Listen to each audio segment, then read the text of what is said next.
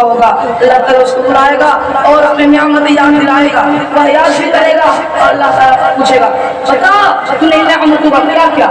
وہ کہے گا اے میرے رب میں تیرے راہ میں ہمیشہ لڑتا رہا یہاں تک کہ شہید ہو گیا۔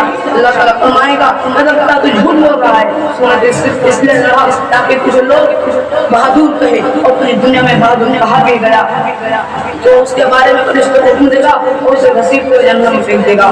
پھر دوسرے آدمی کو بلائے گا جس نے قرآن حافظ تھا، اس کو بلائے گا، اسی طرح اللہ تعالیٰ اس کو اپنے نعمت یاد دلائیں گے اور دلانے کے بعد پوچھے گا بتا تم نے ان نعمتوں کو کیا کیا؟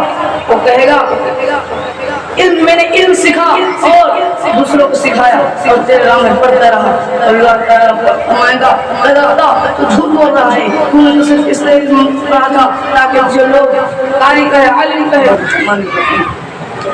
وما امروا الا ليعبدوا الله مخلصين له الدين۔ صدر محترم اور میرے عزیز بھائی، آج کے ہفتہ وار انجمن میں میرا عنوان ہے اخلاص کی اہمیت۔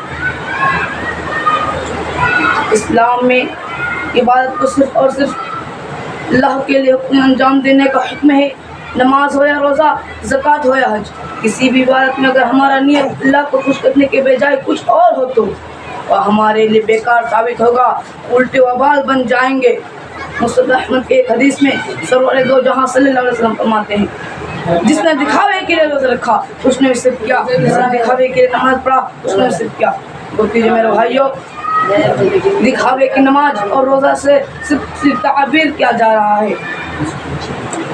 عبادت اللہ کے لیے ہے تو بندہ کو دکھلانے کا مطلب یہ ہے کہ ہم اس عبادت میں اس کو بھی شریک کر لیا۔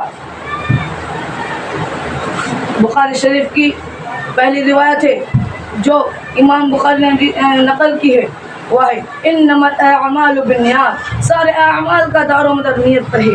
اگر ہمارا نیت صحیح ہے، اللہ کو مقصود کرنا ہے، تو پھر نیت ثواب پورا ملے گا، اور اگر ہمارا نیت کچھ اور ہو تو اپنے عمل کے خیر ماننے چاہیے میرے بھائیوں۔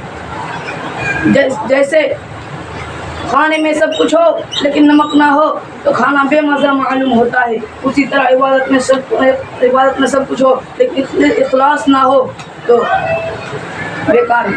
اللہ تعالیٰ فرماتا ہے وَوَيْلٌ لِّلْمُصَلِّينَ الَّذِينَ هُمْ عَنْ صَلَاتِهِمْ سَاهُونَ الَّذِينَ هُمْ يُرَاءُونَ۔ ایسے نمازیوں کے لیے ویل ہے، بربادی ہے جس نے اپنے نماز سے غافل ہوا اور دکھاوے کے لیے نماز پڑھتے ہیں۔ صحیح مسلم کے وارد ہے، اللہ کے رسول صلی اللہ علیہ وسلم فرماتے ہیں قیامت کے دن سب سے پہلے سوال حساب کتاب کرنے والا سب سے پہلے ہوگا، اس میں سب سے پہلے اس کو بلایا جائے گا جو شہید ہوا ہوگا۔ اللہ تعالیٰ اس کو بلائے گا اور اپنی نعمت یاد دلائے گا، وہ یاد بھی کرے گا